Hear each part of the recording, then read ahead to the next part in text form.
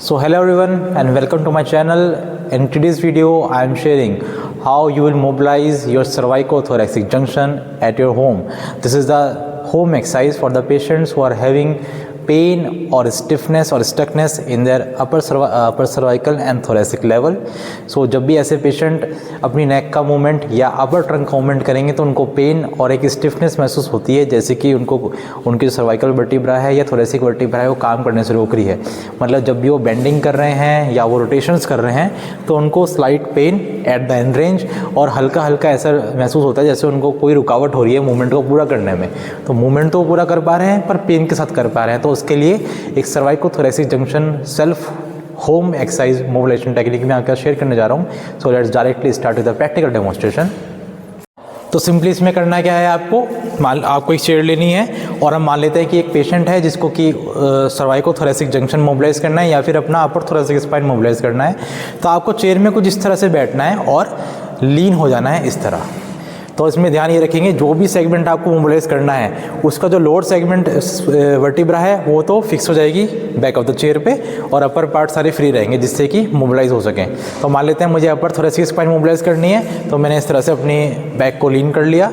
अब मेरा lower segment fix है बैक ऑफ द चेयर पे और मैं अपर सर्वाइकल और थोरेसिक स्पाइन को मूव करूँगा। किस तरह करना है, आपको सिर्फ अपनी नेक की फॉरवर्ड और बैकवर्ड मूवमेंट प्रोड्यूस करनी है सिर्फ। तो किस तरह होगा, मैं अपनी नेक को इस तरह से बैकवर्ड ले जा रहा हूँ, मोर backward along with the vertebrae and slightly forward again I have to move my neck along with the vertebrae posteriorly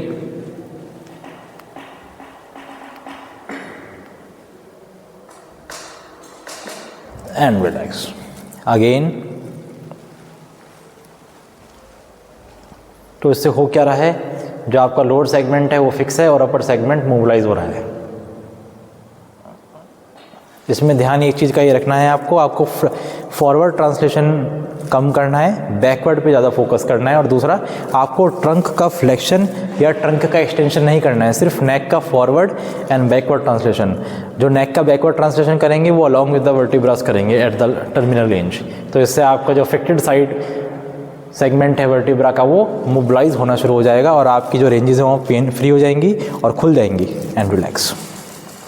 तो इस तरह से आप अपनी सर्वाइकोथोरेसिक जंक्शन या अपर थोरेसिक स्पाइन मोबिलाइज कर सकते हैं घर पे ही खुद।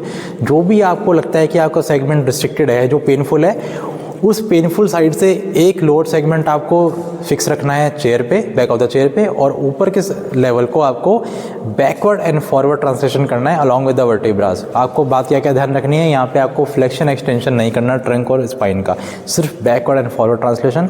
इस एक्सरसाइज को आप एक बारी में 10 से 15 बार कीजिए आराम से। इससे आपकी जो अफेक्टेड साइड है वो पेन फ्री और जो उसके रेंज ऑफ मोशन है वो खुल जाएंगे और दूसरे साथ कोई भी लॉकिंग नहीं लगेगी आपको मूवमेंट करते समय। तो try this technique and let us know your able feedback in our comment section. Till then stay connected and thank you.